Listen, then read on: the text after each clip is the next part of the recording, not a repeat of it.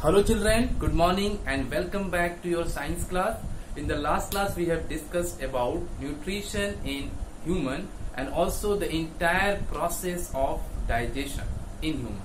Today we entered into the last part of our chapter, that is nutrition in ruminants. Before starting this chapter, let me clear you what are ruminants. Dear children, have you seen grass eater? Means cow, buffalo, goat. These all are ruminants. Means they are eating grass and they have capacity to digest grass. In human case, we are not having any digestive enzyme for digestion of grasses. Clear? So we are not ruminants, but here those who are having the capacity of digesting grasses, they are ruminants. So cow, buffalo, and these all are ruminants. Clear? So when we compare the digestive system in human and digestive system in ruminants, there are certain organs which are common. Let's compare.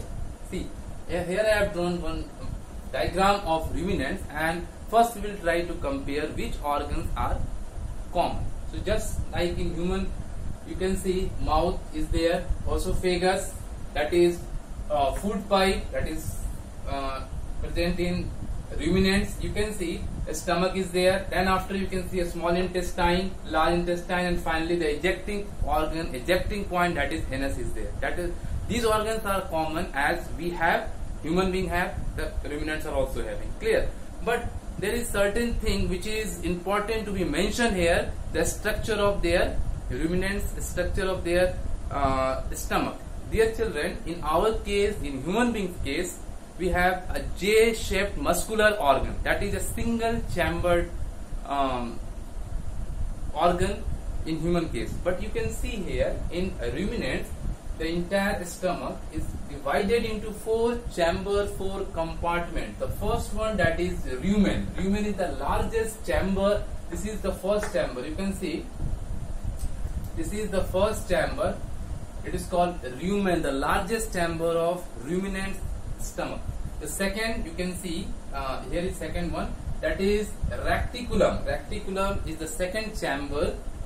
The third is omasum, and the fourth one, that is abomasum. So there are 4 chambers are there in ruminant stomach, and because of these special thing present in the stomach, it is totally different from human being. Clear? So dear children, now we will try to understand how the digestion starts and what are the process, what are the organs are there, what are their role. That one by one we'll discuss. One more thing I want to mention you, that here you can see cecum.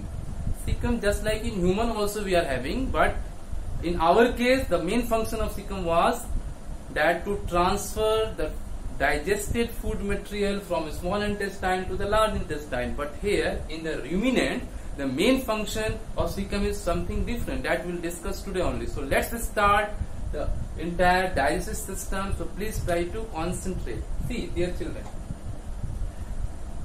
this is the diagram of grass eaters, grass eating organism. So when they start eating, they take the food at very fast rate. They are eating the grasses at very fast rate. So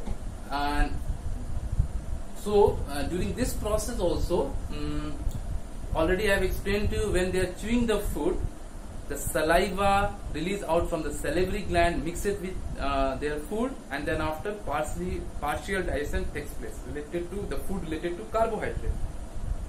So dear children, you can see that food from the mouth, after mixing with saliva, or you can see in this sense that half chewed food after mixing with saliva first enter to their food pipe, that is also called esophagus, and from esophagus it enter to the stomach. But which portion, which compartment? It first enter to the largest chamber, that is first enter to this portion, that is rumen. The food from mouth, half chewed food from the mouth, passes through the esophagus and then enter to the first chamber of the ruminant stomach, that is ruminant stomach, that is called rumen. Clear? Now the food is here only. The half chewed food, or you can say the partially digested food, grasses are here only in this portion, and this partially digested food is also called cut. Clear? So the first step. Then after, from here, the cut or partially digested food will go to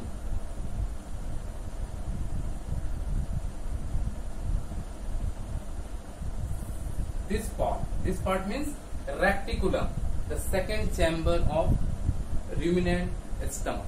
Clear? From first it will go to reticulum. What is the function of reticulum? Actually, reticulum just receive partially digested food from rumen and transferred this partially digested food back to mouth through esophagus. Clear? It will passes from here and passes through esophagus and then it enters to the mouth. At that time, the half chewed food or partially digested food again enter or return back to the mouth of such ruminant. Now ruminant start chewing again and again. Do you know that ruminants or herbivores are functionless, or no canine teeth are there, but they have well defined, they have highly organized molar and premolars, and also incisors. What are the functions? Already we have explained, but again I am trying to explain you that they are, because of these highly effective molar and premolar, they can cut, they can chop the grasses very fast, properly. That's why they are chewing the food. They are starting chewing the food. During this process, the enough saliva is released out from their mouth. After that, when the complete chewing takes place, again from the mouth, again the food return back, passes through the esophagus, and now at this time the food will not go to the first chamber. The food will go to will overpass the first chamber and go to the third chamber. Clear? Whose name is omasum. Understood? So from omasum, the food, digested food, or you can say not only completely digested food, only partially digested and complete chewed food, from omasum it enters to the fourth compartment. But before entering to the fourth compartment, that is abomasum, some digestive juice are also secreted here in this third compartment, and that helps to digestion of that completely chewed food. After digestion, when the food transfers from third compartment to fourth compartment, whose name is abomasum, the food is now passes through this, will move through this. But here one thing I want to mention you, that is, this part is very important part, because in this part only one important thing is there, that is called rennin. That is a very proteinous in nature, and that helps to develop the protein in the ruminant's milk. Clear? So from there, the digested food will pass through this way. From fourth compartment, the digested food will pass through this way and will enter to the small intestine. In the small intestine, just like in human, they are also having villi. Absorption takes place, blood vessels are there, and then after that, when it passes through a small intestine, it comes to here. But you can see there is cecum. What is the function of that cecum? Actually, in ruminants, cecum contains certain cellulose digestive enzymes. the cellulose portion which is still there in the food will digested by this digestive enzyme, cellulose digestive enzyme. And after, when the digestion of the cellulose contained food over, then after it will go to large intestine. And from large intestine, you all are aware that reabsorption of water takes place as it happens in human case also. And then after, the solid wastes are out from anus in the form of solid part. Okay, in this way we have seen the entire digestive system in ruminants.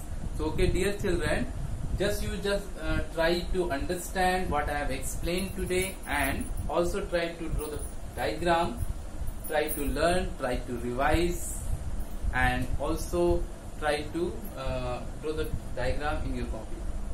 Thank you to all of you, and have a nice day.